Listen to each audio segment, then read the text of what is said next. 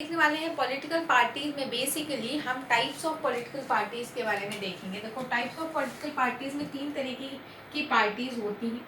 एक तो one party system, ठीक है, दूसरा बाय पार्टी सिस्टम या कह लो 2 पार्टी सिस्टम, और तीसरा मल्टी पार्टी सिस्टम। ठीक है, अब इन तीनों की एक बार डेफिनेशन समझ लो, सब में एकदम सेम चीजें ही जाएंगी।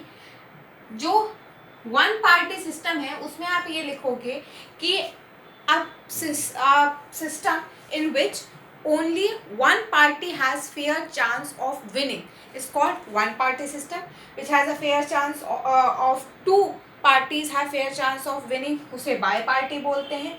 और more than 2 parties have fair chance to win election, इसको आप कहते हो मल्टी पार्टी सिस्टम। तो आई गेस की डेफिनेशन आपको एकदम क्लियर होगी और नाम से भी समझ में आ रहा है। इसे आप 2 पार्टी सिस्टम भी बोलते हो, ठीक है,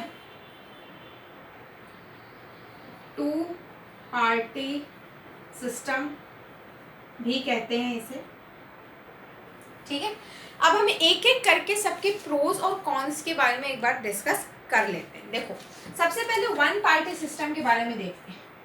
अगर हम वन पार्टी सिस्टम की बात करें तो वन पार्टी सिस्टम के प्रोज तो क्या ही है, सब कौन से कॉन्स, मतलब कि इसके डिसएडवांटेजेस बहुत सारे हैं।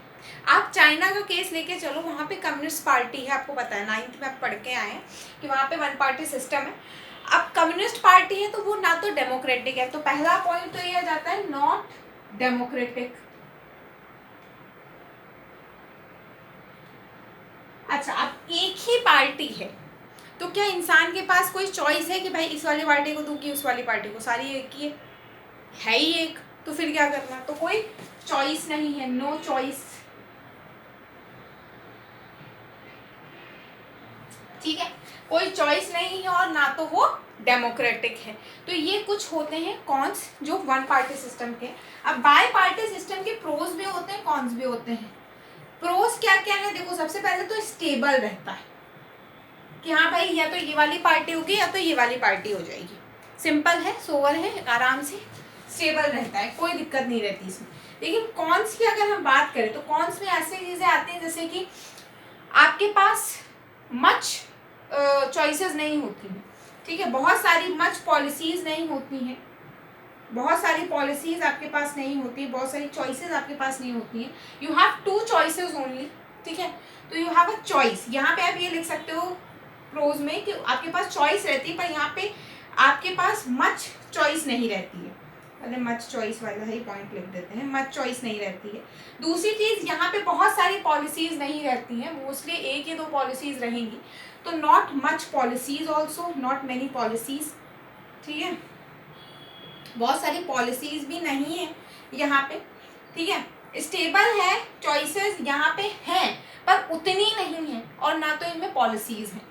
तीसरा आता है मल्टी पार्टी। अब इसके प्रोज भी हैं और कॉन्स भी। अब देखो, प्रोज यहाँ पे वो बन जाते हैं जो जैसे कि मच चॉइस, बहुत सारी चॉइसेस आती हैं, तो ये एक बन जाएगा, और ये वाला भी, बहुत सारी पॉलिसीज, यहाँ पे क्या है, बहुत सारी पॉलिसीज आ जाती हैं। लेकिन यहाँ पे कौन ये है कि ये ना तो स्टेबल रहता है, बहुत ज़्यादा स्टेबल नहीं है, काफ़ी ज़्यादा टाइम लग रहा है भाई डिस्कशन करने में, डिसीजन लेने में बहुत ज़्यादा टाइम लगता है क्योंकि भाई बहुत सारी पार्टीज़ हैं, ठीक है। तो ये होता है कुछ ना कुछ आपके पॉलिटिकल पार्टीज़ का मतलब। अब आपकी बुक में आप अगर वो पूरा पैराग्राफ पढ़ोगे तो उसमें यही सारी चीज़ें आपको दे रखी हैं, ठीक है, एक बार रीड ज़रूर कर लेना।